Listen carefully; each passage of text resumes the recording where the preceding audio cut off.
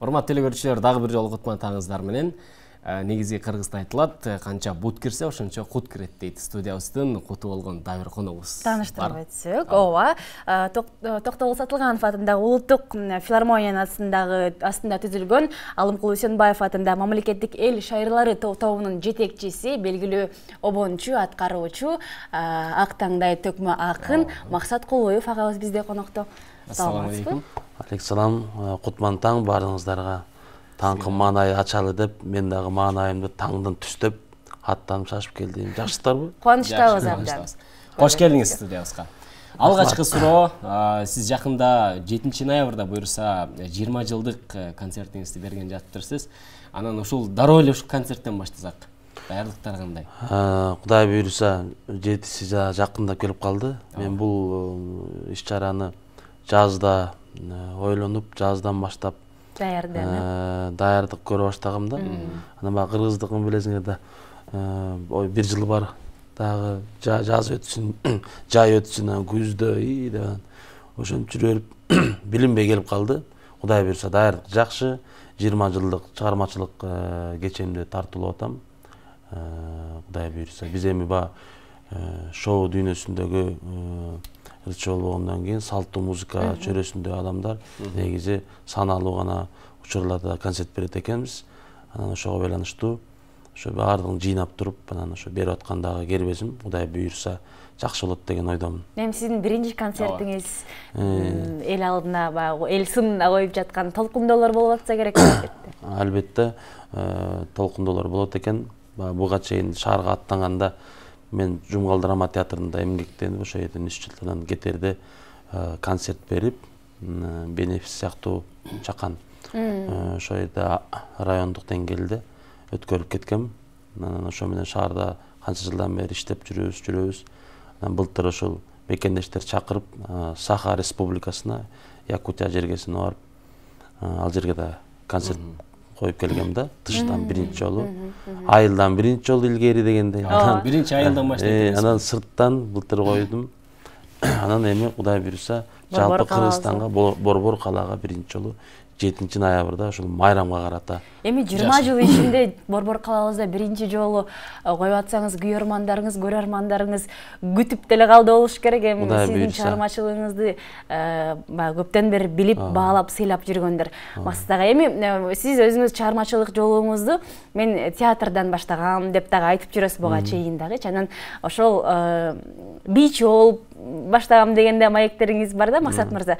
Эми сизди баягы азыр бийчи деген кантип бийчи чын айтканда же бийлеп коесуз банчамынча дагы деле азыр кайда илгери ошол жаңы мектеп курагында Бекбекей ырбий ансамбль деген болгон, ошол Жумгал районунда ошол ырбий ансамбль дүйнөнү дүңгүрөтүп, дүйнөлүк фестивалда алтын байга утуп келиш керек экен, Германияда өткөн илгери.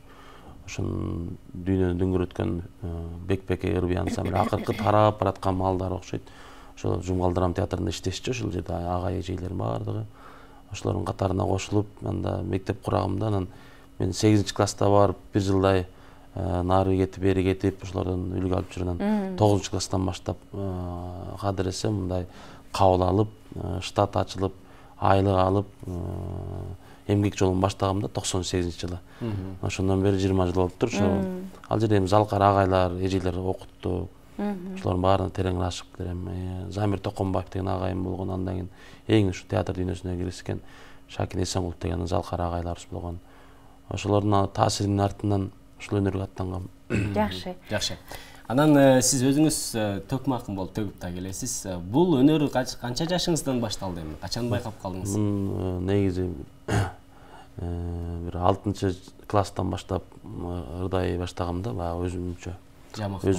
Ошо кеч киргенде, үйдөгүлөр жатканда бир комуздалып алып, ашканада отуруп алып, ырдагандарым эсимде азыр ошол. 6-класста, эми 6-класс деген эми кичинекей эле бала. Анан уялчумун да. Эч ким жок, апамда жатканда, карындаштарым уктаган малда ошо ырдап аткандарым азыр көз алдымда да. Акырын ырдап, анан мектепке барганда суу жээктен өтөбүз, көпүрдөн ошо шаарында туруп, кээде суу жээкти басып, Анан ошол эл укпасын деп шарылдан соң жыйын ырдап, анан кой айылда тайкелердин конушуна барганда, жайлоо барганда кой кайтарып жүргөн малдардан ырдап ушинтип жүрчүм да. Анан негизи комуз кармап, деп мектептик бир чоң иш-чараларда 9-класстан баштап ырдай баштадым да, жамак чогуп. Жакшы. Анда ушул комузду дагы ала келиптирсиз, аккордеонду дагы ала келиптирсиз. Кайсы биринен баштайсыз? Комуз улук, комуздан баштайм. Максат байке, сиз өзүңүз буга чейин багы берген маектериңизде мен айылда чоңойгон баламын, анан айылды жакшы көрөм абдан деп.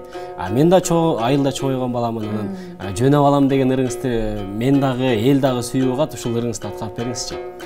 Бул менин жеке жана телекөрүүчүлөргө болгон багы. Албетте азыр комуз менен бир чакан эл менен амандашып алып, ооба, концертке чакырып дегендей, жел кыяк менен аткарып берейин. Ал аккордеондун коштоосунда болот алыр.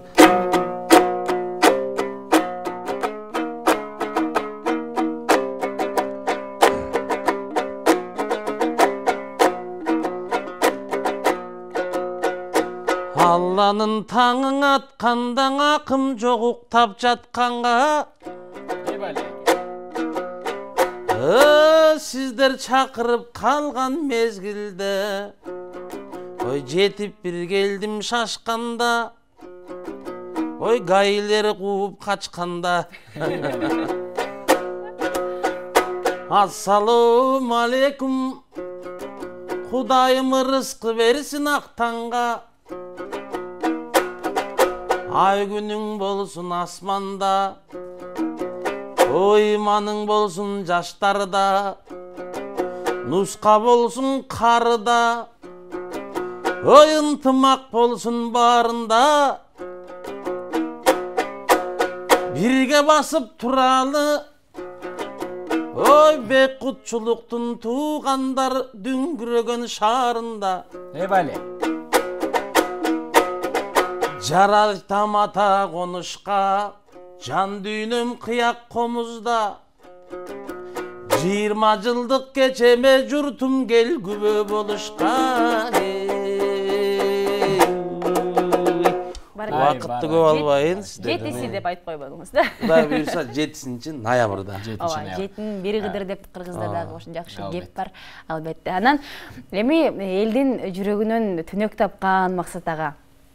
Албетте, сиз ушул эфирлерге, программаларга барып жүргөндө ушул ырларыңызды көп суранса керек, эми ырларыңыз көп, өзүңүз авторлук кылган.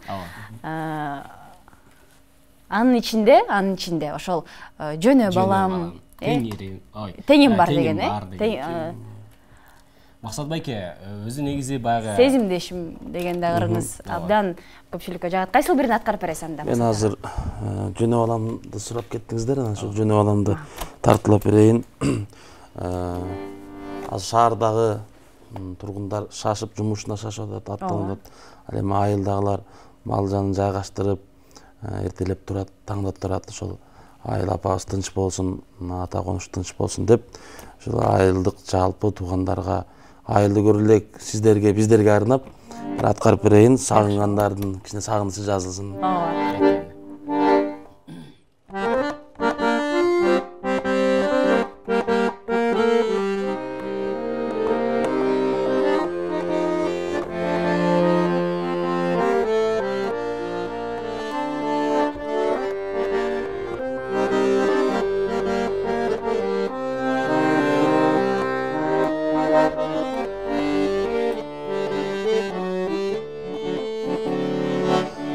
Жөнөп алам, сен чоңойдуң, айыл журтка барып кел. Айыл апагандай жатат, бир кабарын алып кел. Чоң атаңдын коро жайын чөп баскандыр белчеден. Чалдын сөгүн бир агартып, чар тарабын чабып кел. Айдап алам жылкыңды ата баба журтуна, ат дүбүртүң ата мүнү бир жаңырсын кыркырда. Таңды тоскон кымыз менен кыргыз элем кырдагы, тундурмадай тунук кезим төгүлдүңбү турмушта.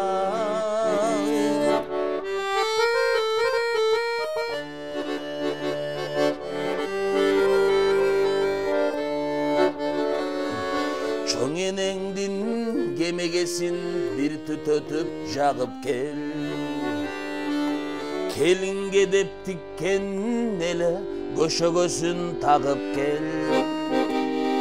Коңшу колоң туугандарга үйдү жайды табышта.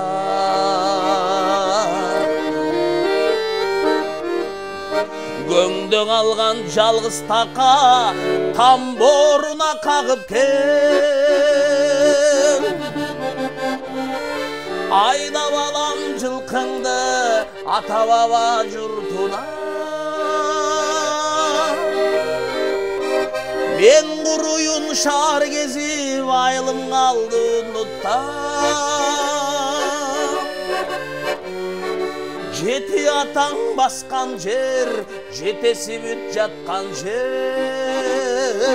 Мени тартпай чоң атаң тарт, журт таштабайт кыргыздар.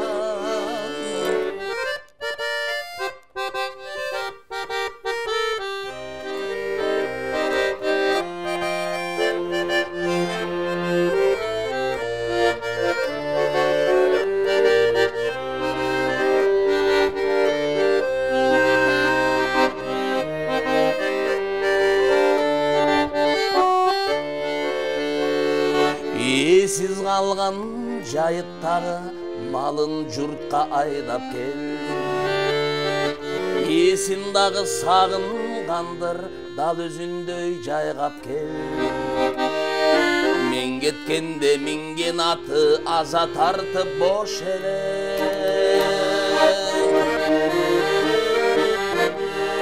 Чоң атаңдын мамысына чабдар атын байлап кел. Айдап алам жылкыңды ата баба журтуна. Ат дүбүртүң ата мүнү бир жаңырсын кыркырда. Кол чанаштан кымыз ичкен жигит элем кырдагы. Тундурмадай тунук кезим төгүлдүңбү турмушта. Жети атаң баскан жер, жетеси бүт жаткан жер. Мени тартпай чоң атаң тарт, журт таштабайт кыргыздар. Жөнөп алам сен чоңойдуң, айыл журтка барып кел.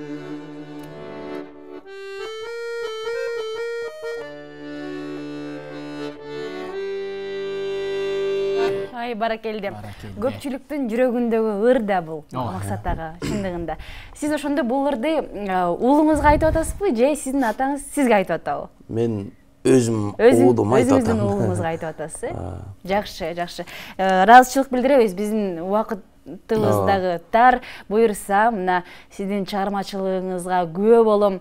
Мындан дагы башка керемет обондоруңузду угам, тыңдайм деген көрүүчүлөр 7 ноябрда Токтогул Сатылганов атындагы Улуттук филармонияда кечинде саат 6-да саат 18:00 барып аккордеондун, комуздун коштоосундагы ырларга күбө болуп келсеңиздер болот. Албетте акындар дагы ал кечени көрктөйт болуш керек. Кудай буйрса Айтыш коомдук фонду катышат, акындар, төкмө акындар. Алы Туткучуп, Азамат Болгонбаев замандашыбыз, чоң окуп, чоң өсүп, чоң чоңойгонбуз. Бул өнөрдө Дем театры келет, чоң иштеген 10 жылдар менен. Демек, сатиралар да болот турбайбы? Мен ырмырдаган ырчылар катышат, жалаң эстрада ырчылары. Урал Чокоев, Султан Садыралиев баш болгон, Анара Шайымкулова, мыкты Фарида Карбозова, Айдар Бейшембаев, анан аккордеончулар тайпасы деген бар. Аккордеон менен ырдаган Ишен Назаров баш болгон жаш муундагылар катышат. Анан ошо баягы концерт кызыктуу өтөт деген ойдомун. Режиссер болуп, ошол Айнура Чолпонкулова коюп, сахналаштырат. кыскасы кызыктуу болот деген ойдомун. Ооба, Максат агабыз көптөн бери даярдап жүргөн концертке күбө болуңуздар. Мен дагы бир ирет тааныштырып өтсөм, барыңыздарды обончу, аткаруучу, Токтогул Сатылганов атындагы филармония, улуттук филармониясындагы Алымкул Үсенбаев атындагы мамлекеттик эл шайырлары тобунун жетекчиси Максат Кулоев агабыз менен маек курдук. Ал эми биз болсо Таң Маанайдын сапарын алдыны көздөй уланта беребиз.